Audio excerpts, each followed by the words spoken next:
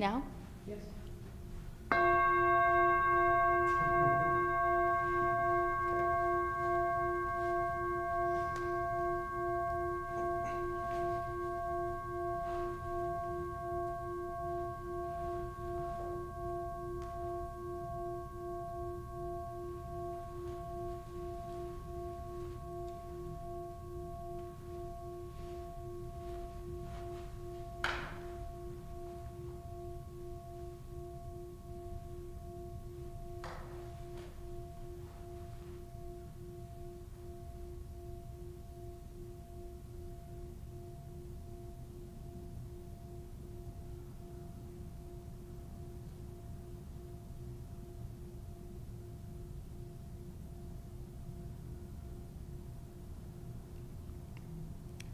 Welcome everybody to Dharma Punx Seattle. It's good to see you all.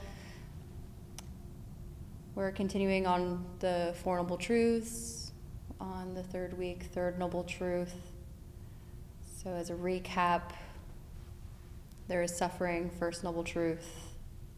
Second noble truth, there's a cause to suffering. Third noble truth, there's an end to suffering, the cessation of suffering.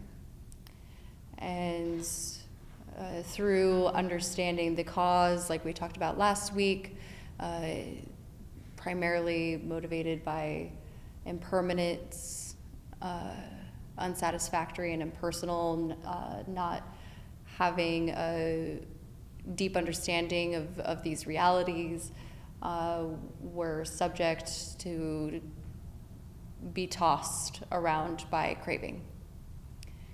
And so before the Buddha gives the prescription, which is the fourth noble truth, the Eightfold Path, he first tells us that there is, the prognosis is pretty good. If you were to endeavor on the Eightfold Path, that there is an end to suffering.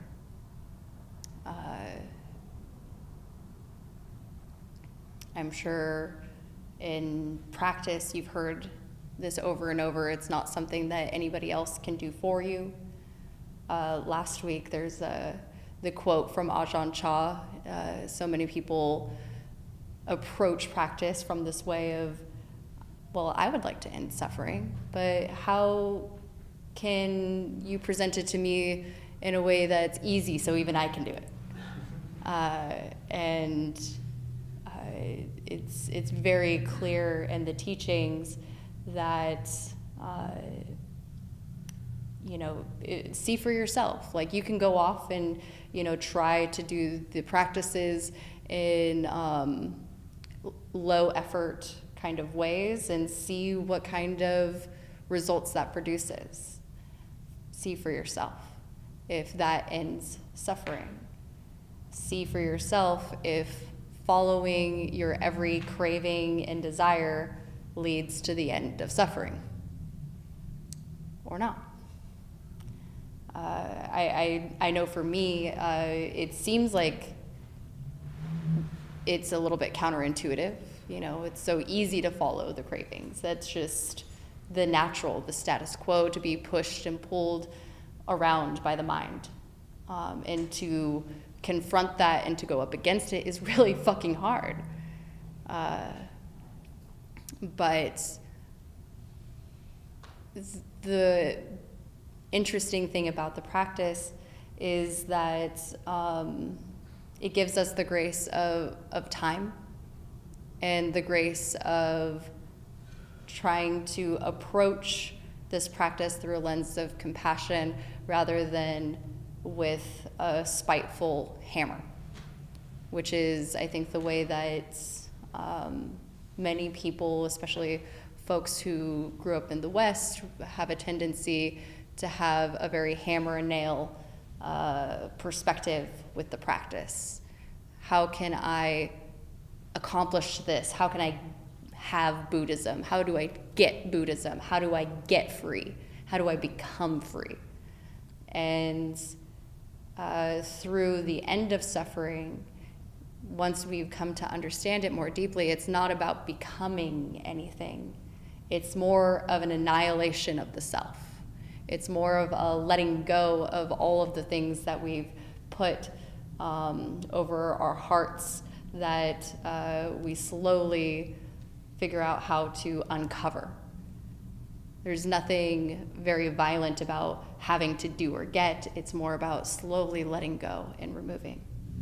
And when it talks about the cessation of suffering, all of that means is to let go. Plain and simple, the third noble truth is letting go of craving wherever it is present. Now, letting go is kind of a big buzzword in itself. What does letting go actually mean?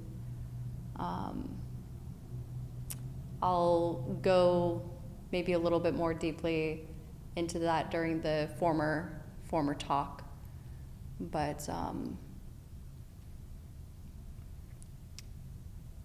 letting go isn't easy.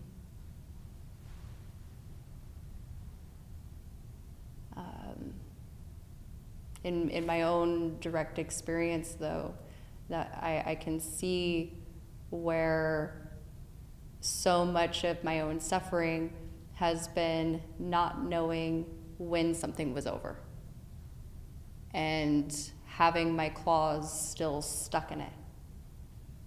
And when they talk about this being be an island unto yourself, but Sangha, right? Like that's something that I talk about all of the time, this sort of contradiction between like be with people, but like do your own thing. Like that's what it means. It's like you have, like even in Sangha, we're all on our own separate paths. Like everybody has their own little trail. Nobody's walking on your trail. You have to walk on your trail. And if you're trying to pull somebody along on your trail, you're slowing yourself down. Or maybe you're not going anywhere. And so how many times in my own practice has, I been dragging along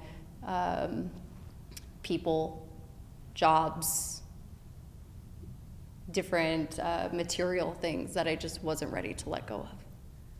And the more that we let go, the more quickly we move along our path.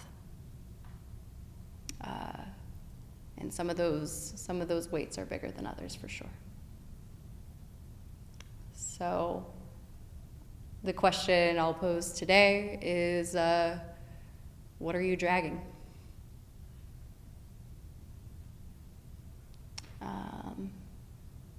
And if you're on YouTube, you can meditate on the topic or journal. And we'll do just two different groups today. So, good luck.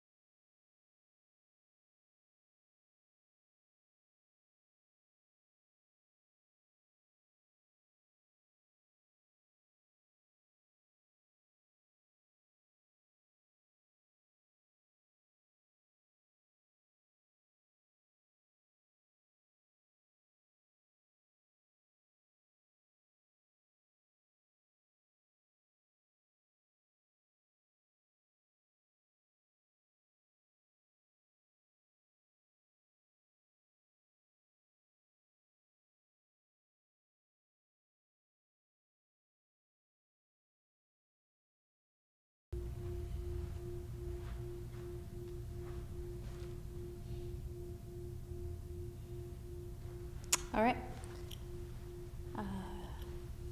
Get comfortable. Once you're ready to meditate.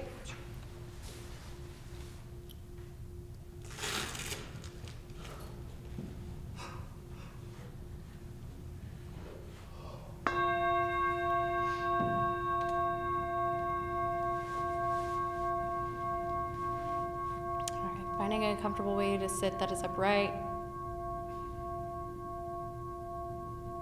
Stacking each vertebrae one on top of the other.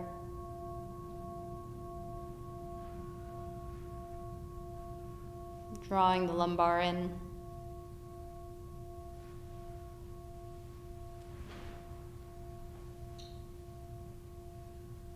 Allowing the muscles in the stomach to relax and the shoulders.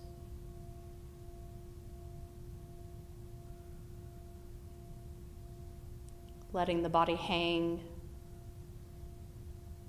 like a coat on a hanger.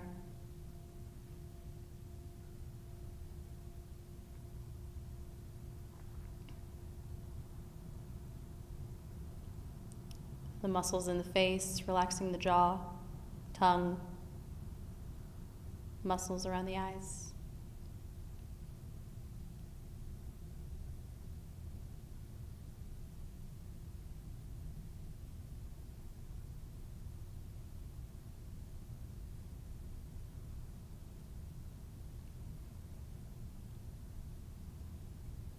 And coming to your breath.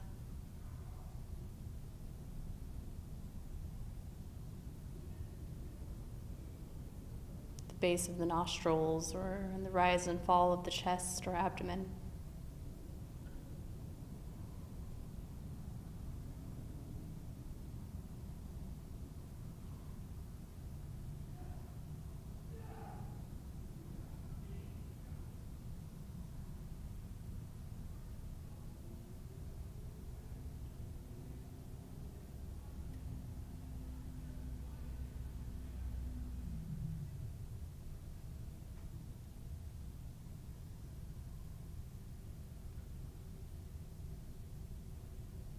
Plugging in different aspects of the Eightfold Path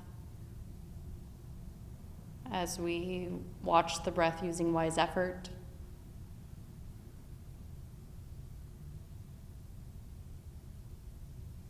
Attempting to hold the breath in a way that is not so loose that it's lost and unsteady, and not so strict that it's choking.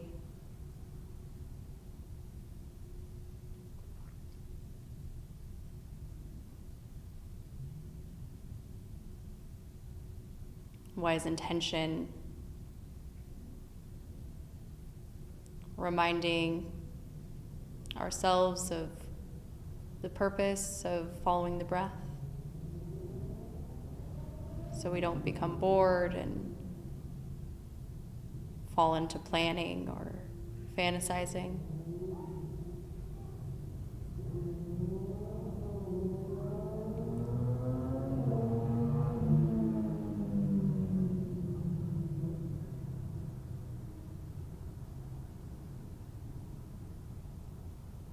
Continuously reminding ourselves why it's important to have a relationship with the breath.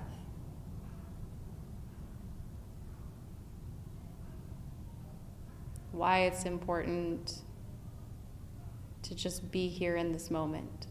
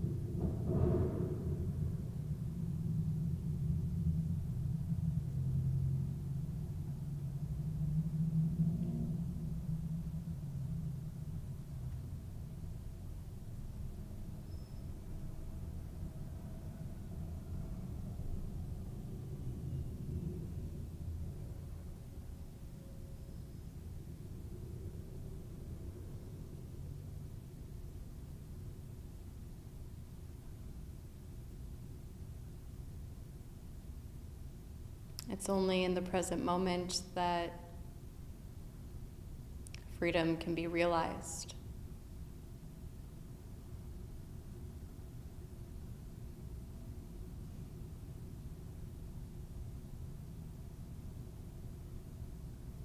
Freedom's not in the future or the past.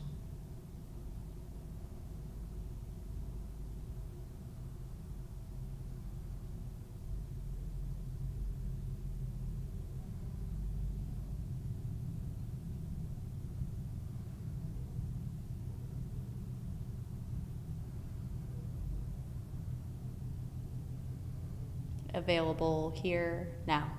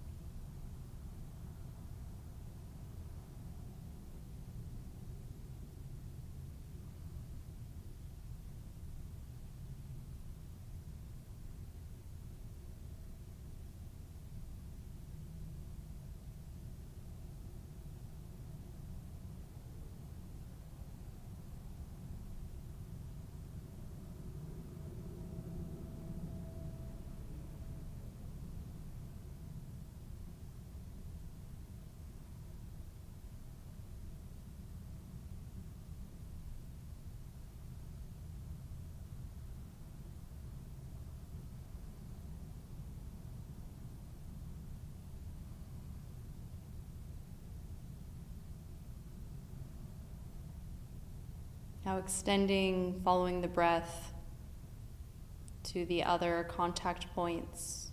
If you're at the nose, following with your awareness down to your chest or belly.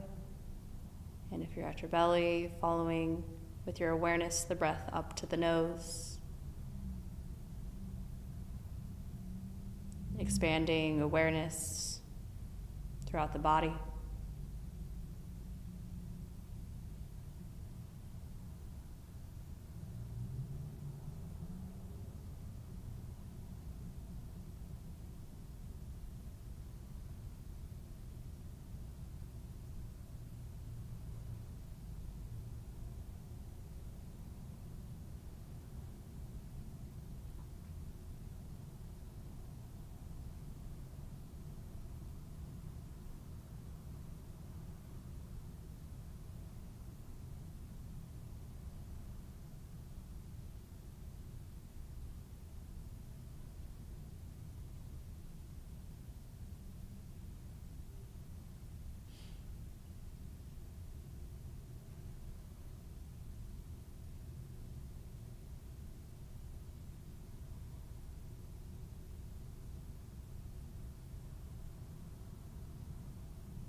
And as you inhale, the breath moving up out of the head.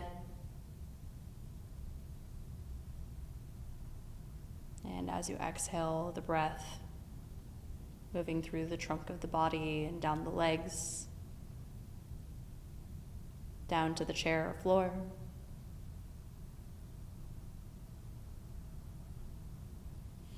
Until the awareness of the breath and body pervades each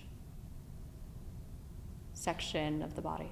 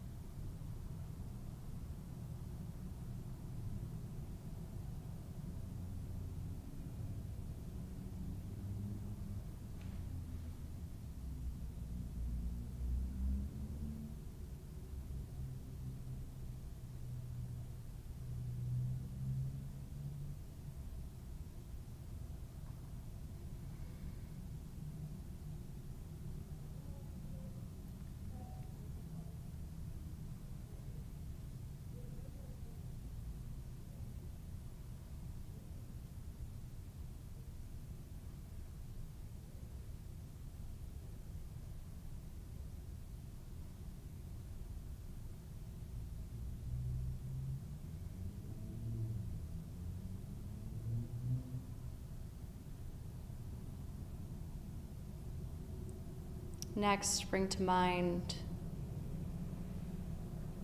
something small that you're dragging. The temptation is typically to go through and pick the biggest, largest thing that we're dragging, but for the sake of this meditation and exercise, attempt to pick something small.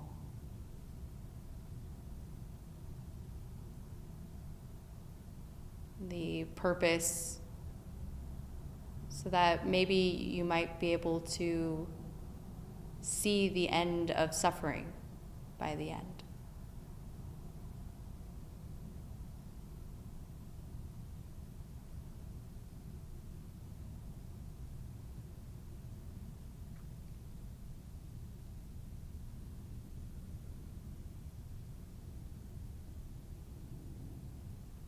Bringing this thing to awareness and taking a moment to investigate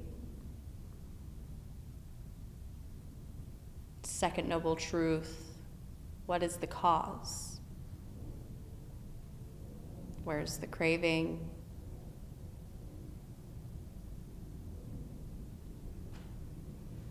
Is it impermanent, impersonal, unsatisfactory? Using the tools of investigation.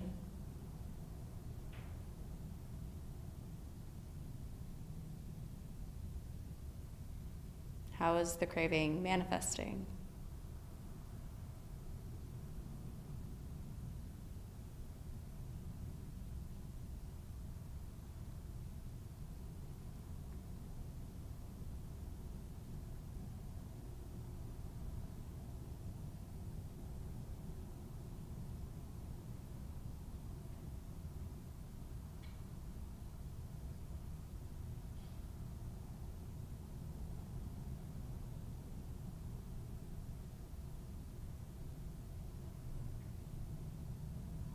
What do you want more of or to get away from?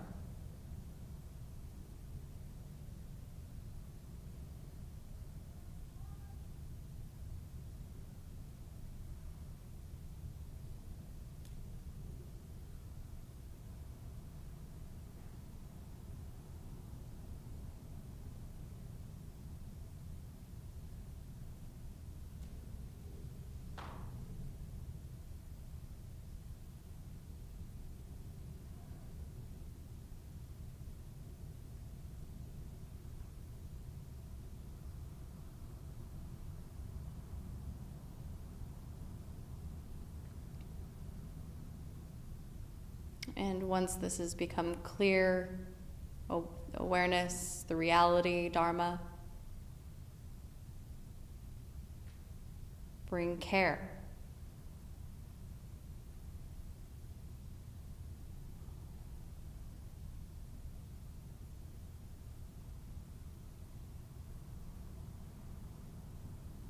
Because below that craving, there is a small amount of pain.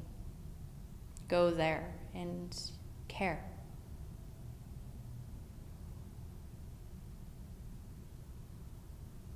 I care about you.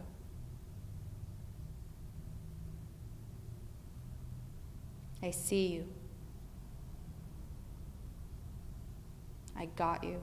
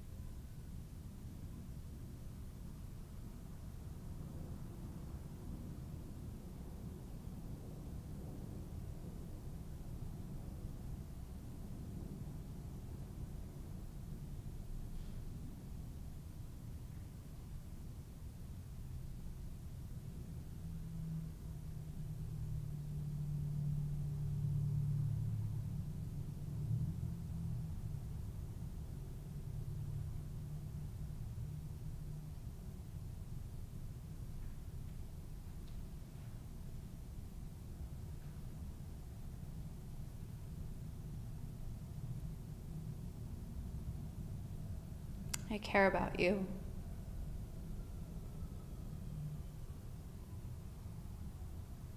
I see you.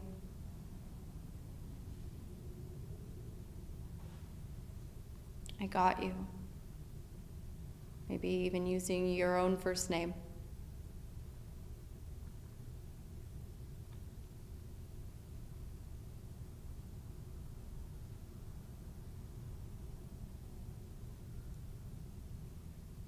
Saying this to a younger version of yourself, adolescent or child.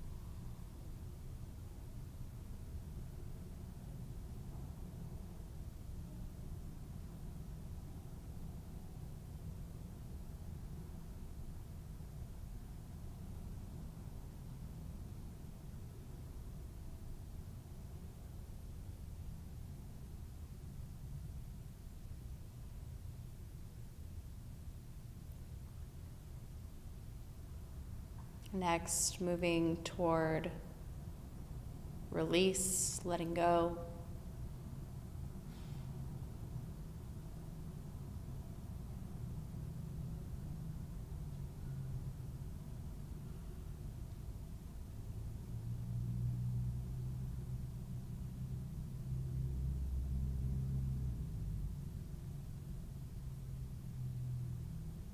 If you like visualization, you can imagine this suffering just floating away, saying goodbye.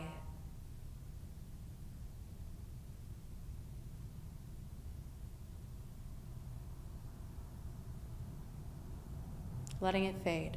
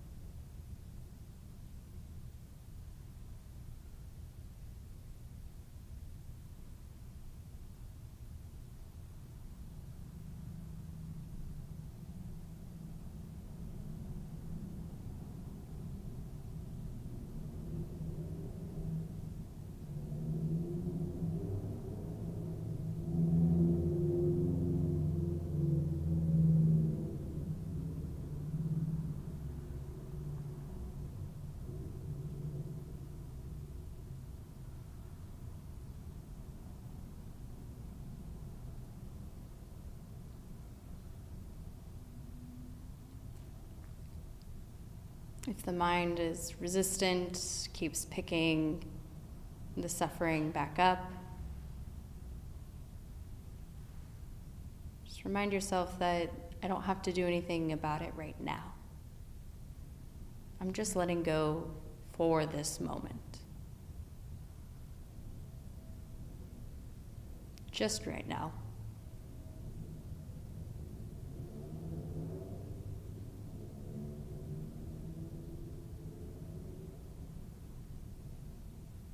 I don't have to do anything about it right now.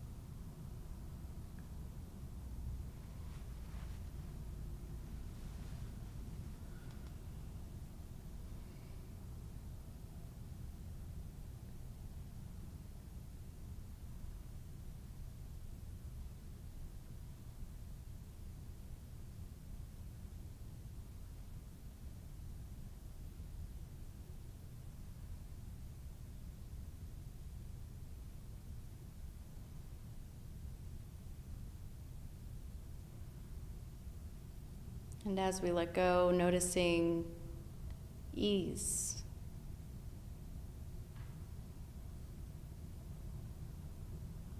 If you get to the end and there's a lack of ease, return to the beginning, back to awareness.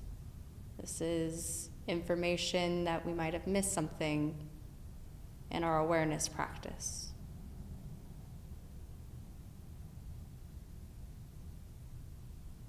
If there is ease, notice the cessation of suffering, third noble truth. So often we let go and just pick up the next suffering without allowing ourselves just to be at ease, free from suffering in this moment, only this moment.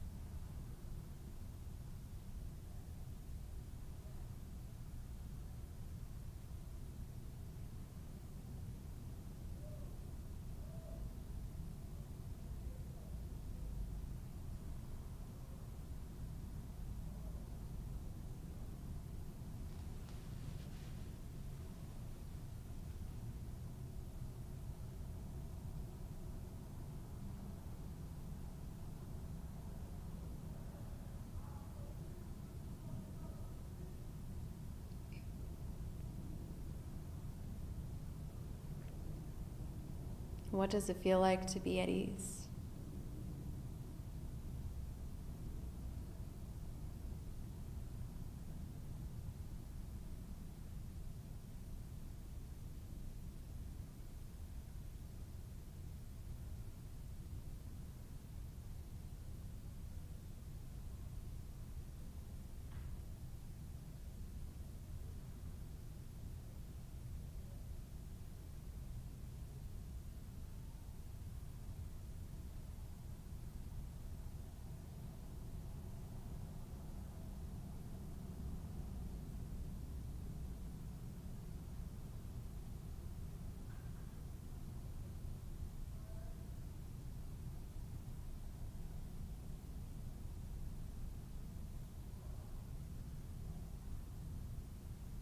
For the next several minutes of this practice,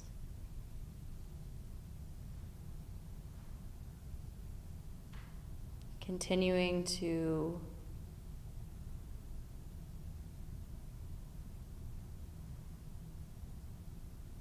try out this process with different things.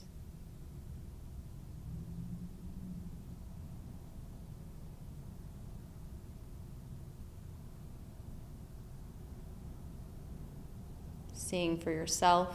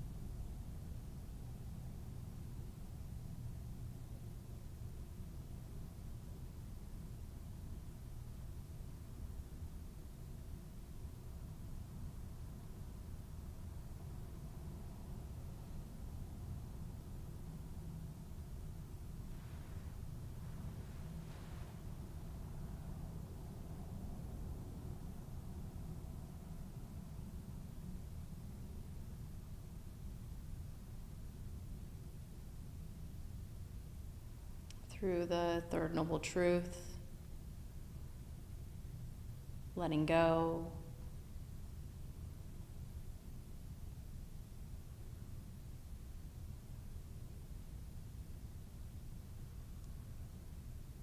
We remember what ease, what equanimity feels like, that we don't have to force it. All we're doing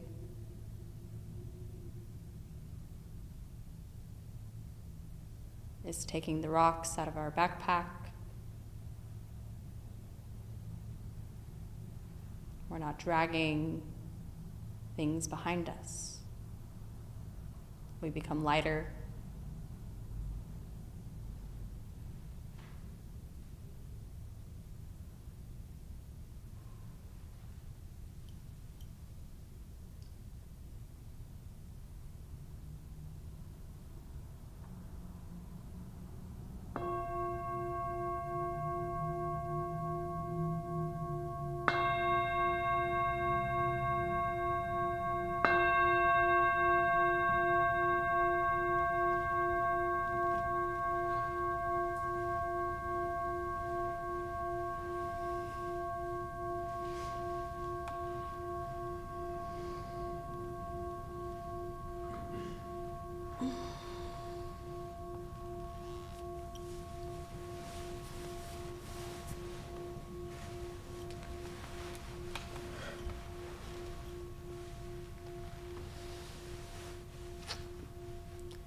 Hopefully you got a few pebbles out of your backpack. Just a couple. I'm going to start with a little... So my favorite book on the Four Noble Truths is a book called The Four Noble Truths. It's by Ajahn Sumedho. If you ever are interested in studying the Four Noble Truths on your own, John says that what the Buddha taught has a really good description. I haven't read that one yet. But has a really good, easy, tangible way of understanding the Four Noble Truths. And similarly, Ajahn Sumedho's Four Noble Truths. It's for free online. There's a PDF. It's pretty short. It's like, I don't know, maybe 100 and something pages. I've been trying to get copies for a long time, but I would have to get them shipped internationally from like England. And last time I asked them, they were on Rain's retreat. And so every like 6 months or a year, I send them an email and hope that I time it right. Anyways, so this passage is from that book on the Third Noble Truth. So it goes, people rarely realize non-suffering because it takes a special kind of willingness in order to ponder and investigate and get beyond the gross and the obvious. It takes a willingness to actually look at your own reactions, to be able to see the attachments and contemplate, what does attachment feel like? For example, do you feel happy or liberated by being attached to desire? Is it uplifting or depressing? These questions are for you to investigate. If you find out that being attached to your desires is liberating, then do that. Attach to all your desires and see what the result is. In my practice, I have seen that attachment to my desires is suffering. There's no doubt about that. I can see how much suffering in my life has been caused by attachments to material things, ideas, attitudes, or fears. I can see all kinds of unnecessary misery that I have caused myself through attachment because I did not know any better. I was brought up in America, the land of freedom. It promises the right to be happy. But what it really offers is the right to be attached to everything. America encourages you to try to be as happy as you can by getting things. However, if you are working with the Four Noble Truths, attachment is to be understood and contemplated. Then the insight into non-attachment arises. This is not an intellectual understanding or a command from your brain saying that you should be non-attached. It is just the natural insight into non-attachment or non-suffering. So, such a good book. I feel like it's such a great way of breaking down the Four Noble Truths. And here, one of the things that I try to be really clear on, as people might see these words used interchangeably, he uses the word attachment. That's not something that I've used as much, but making that synonymous with craving. This is not two different things that you have to look at or see differently. Same thing. Craving, attachment, same word, used interchangeably. And so Ajahn Sumedho chose to use attachment.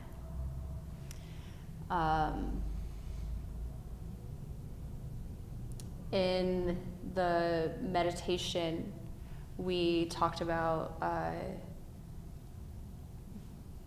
the way to let go. And previously in my practice, letting go is hard no matter what. But it always felt like it had to be this monumental thing that I like a 12-step spiritual awakening. I let go. And I really like this formula of aware, care, release, ease. Aware plus care plus release equals ease. So using this as a formula in order to let go. And the ease being the check for sensation. If we get to the end of the meditation, if we get to the end and there's no ease, then we haven't realized suffering fully. And it says, circle back, try again, go back to aware, and again try to plug in the different tools and strategies that we learn in here in order to investigate. This isn't something that we've done wrong. It's just oftentimes trying to see the reality of our own minds is very difficult. Our minds do everything that they can to obscure itself in order to not change. It doesn't want to be seen.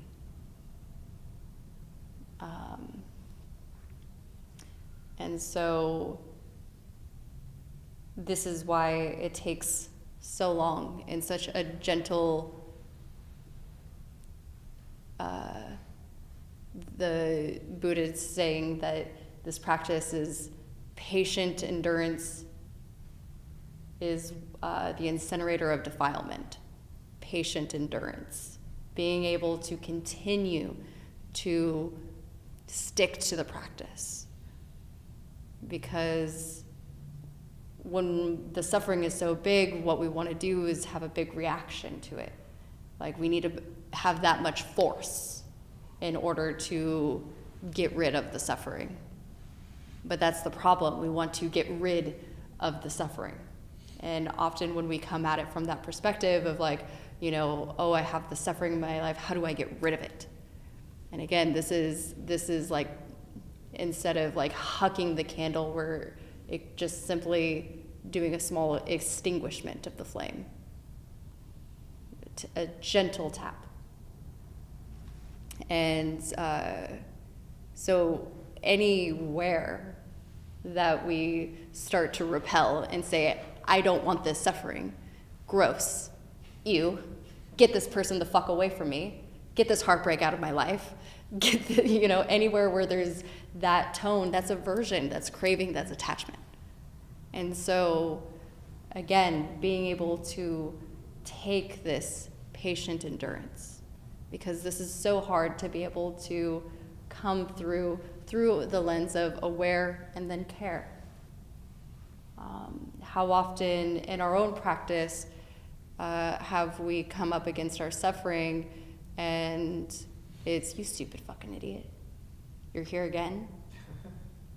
Suffering again? How old are you? Shouldn't you know better?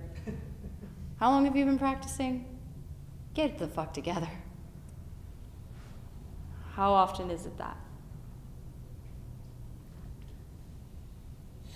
And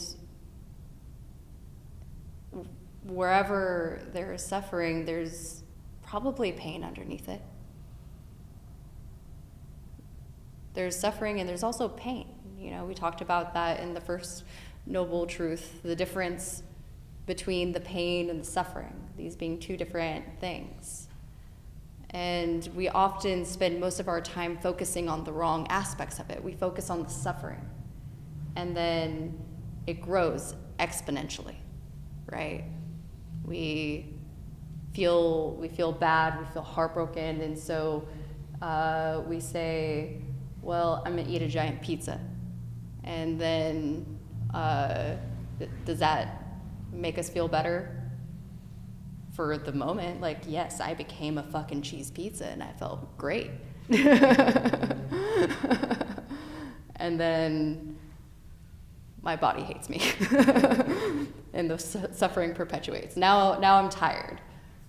And like all of this over like one heartbreak, and suddenly I've like strewn suffering, just smeared it all throughout my day, all because I just didn't go and deal with the pain.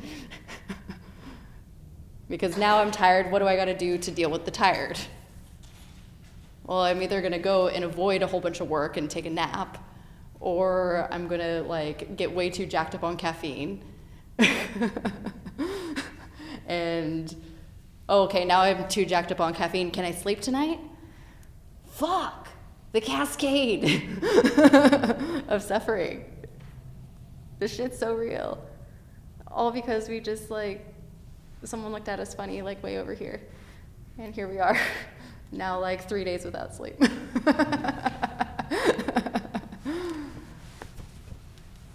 so fragile.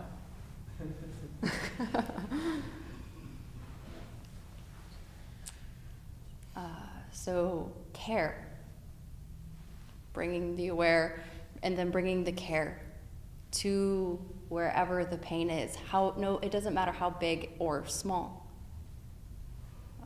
So often we say, well, I'm a Buddhist practitioner, I shouldn't be feeling this way. Where does Buddha say no pain?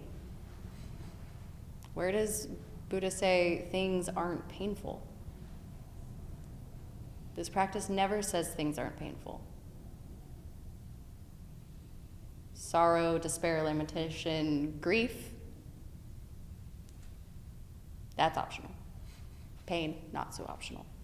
And so we run toward our pain.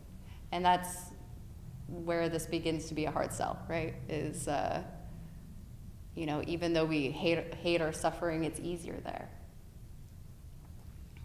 Because we feel like we have control. And that's one of the big aspects of it. Whether you call it craving, whether you call it attachment, it's all an effort to control pain.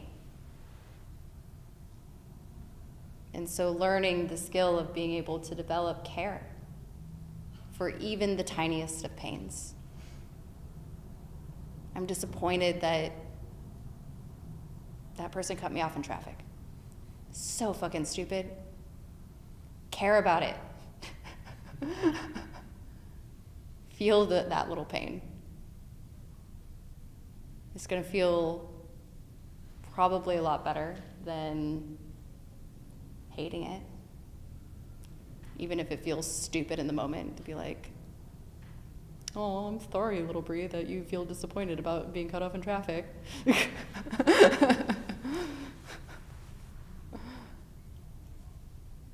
That judgment.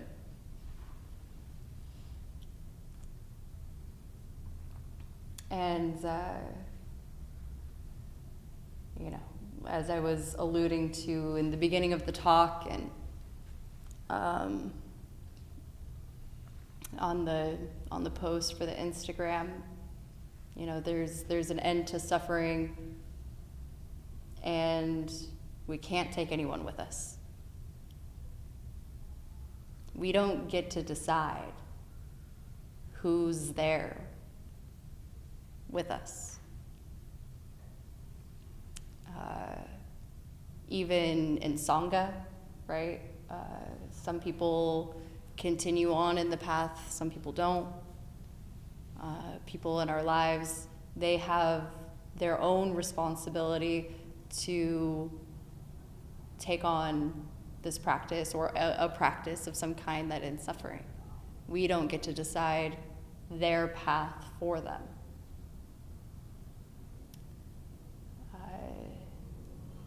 And I think when it relates to people, or especially like world issues, the shit that's going on in the world, like we just so badly want control. To just sit with the pain and not have any control over it. Especially, you know, like we want to drag that shit with us for as long as we can. And in my own relationships to relationships, my own relationship to relationships, I think that's been one of the biggest things, was I didn't know when letting go was appropriate. That my body and the suffering was very evident, and I went through trying to let go of all of these other things, but not letting go of the actual source of the suffering. Still trying to drag it along, not seeing the reality. And not knowing when the appropriate time to let go was.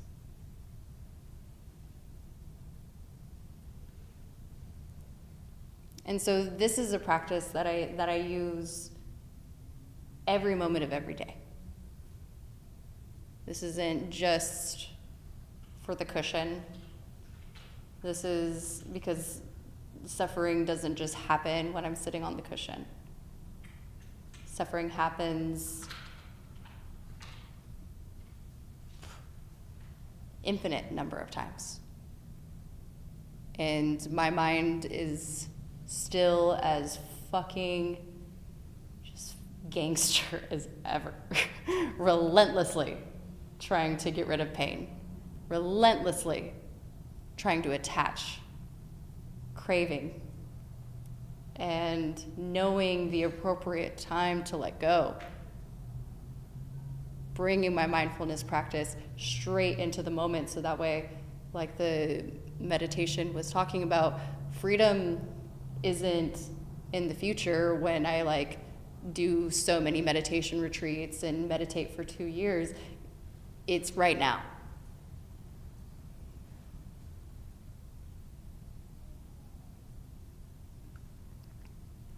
And so bringing that into our direct experience. Where am I not letting things go at the appropriate time? You know, from things as big as, letting go of some aspects of social media, letting go of some aspects of relationships, letting go of turning off the TV in time so I go to bed at the right time. It's everywhere. And I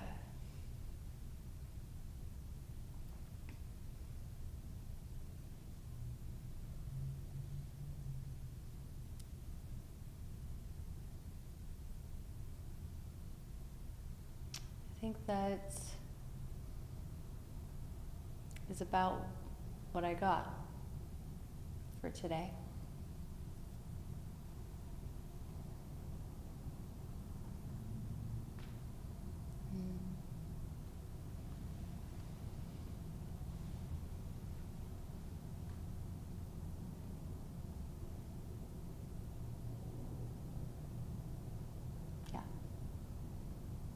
leave it there.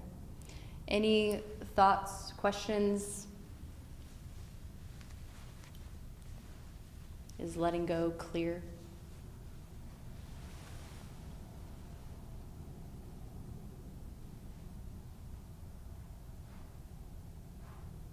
You did a good job describing my last week. The proliferation of little sufferings. Just a cascade. You're like, wait, I did that whole thing. I couldn't sleep, and then my stomach hurt, and then I had too much caffeine, and then I really couldn't sleep, and I slept too much. And then I was eating like shit. Yeah. It's fun. We're so fragile. We are so fragile.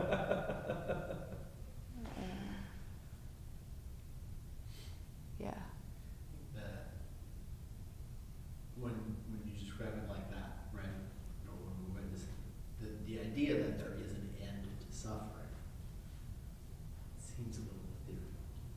It seems a little ethereal. It seems a little distant. Yeah. Right.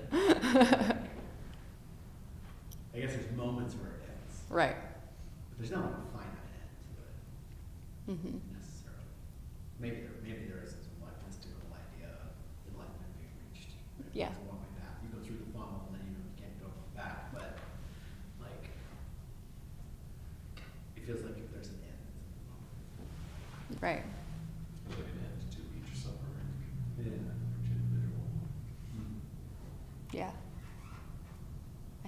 I mean, all of those perspectives I think are useful when investigating like what does the end of suffering mean?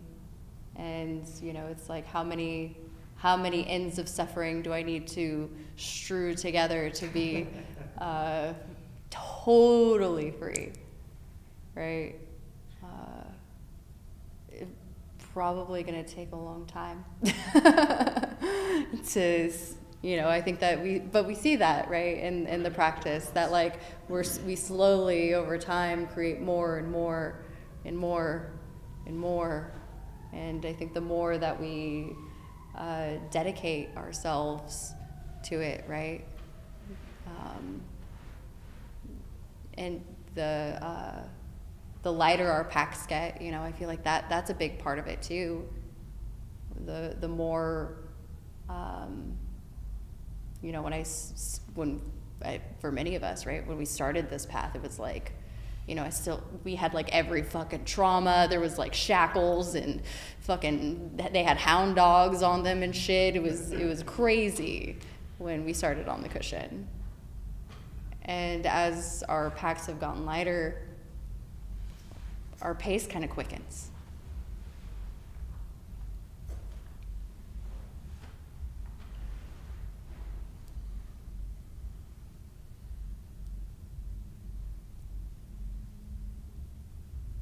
But I hear you. I also, the idea of being like 100% free from suffering, I believe it's possible, but it does feel surreal. You can suffer over it. Yeah, I sure could suffer over it. Yeah. I feel like I'd have to want it first. Like Yeah. I'm quite attached to certain aspects of suffering. Yeah.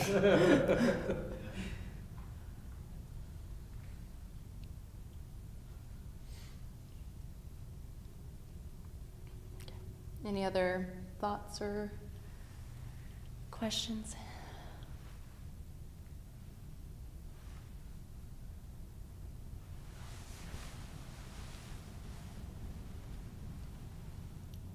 All right, we'll end it there. So, Donna, here's a $5 to $10 suggested donation. No worries if you aren't able to donate. Buddhist teachings are freely offered. We are trying to pay rent, put on more retreats, so this is helpful toward that end. Speaking of retreat, most of the people in this room do know that there's a retreat this Saturday with Seho. He's going to be coming clear in from Maryland to give us a really lovely way that he's developed language around Buddhist practice. And initially there wasn't a registration, now there is a registration. I'm sorry, I led you astray. So if you are coming, please do fill out the registration. It's in the link bio of the Instagram. So pretty low key. All you have to do is put your name on there, and there's also a copy of the schedule. So you can see the schedule. And it's hybrid? Question mark? Why are you looking at me? I'm confirming whether this is hybrid or not. Oh, whether I can set up the stream. Yeah. It's gonna be here, right? Yeah. Is your cell phone gonna be here? No. Is someone not on T-Mobile gonna be here? Probably. Then yeah. Okay. And it will be hybrid. And